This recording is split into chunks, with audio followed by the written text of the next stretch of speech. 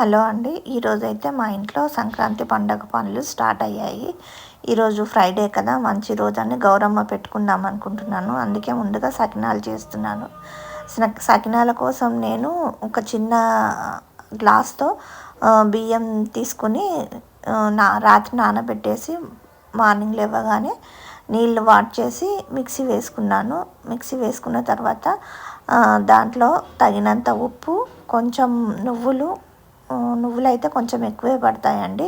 వాటిని మంచిగా కడిగేసి వేసుకున్నాను. కొంచెము ఓమ కూడా వేసుకున్నాను. వేసుకొని చన్నీళ్ళతోనే తడుపుకున్నాను అనమాట. ముందుగా గౌరమ్మని పెట్టుకుంటున్నాను. మా ఇంట్లో అయితే సకినాలు చేసేటప్పుడు ముందుగా గౌరమ్మని చేసుకొని దాని చుట్టూరుగా చుడతారనమాట.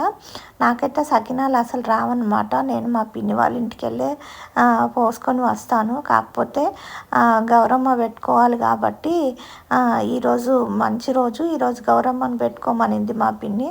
అందుకే ఈరోజైతే ఒక గ్లాస్ పిండితో అయితే చేస్తున్నాను. ఏదో తంటాలు పడుతున్నాను రాకున్నా కూడా, ఎందుకంటే ఒకటే గ్లాస్ కదా, ఇలా పోస్తూ ఉంటేనే వస్తాయని. మొత్తానికైతే తంటాలు పడి ఒక 15 వరకు అయితే ఒక గ్లాస్కి అయ్యాయి అన్నమాట సకినాలు.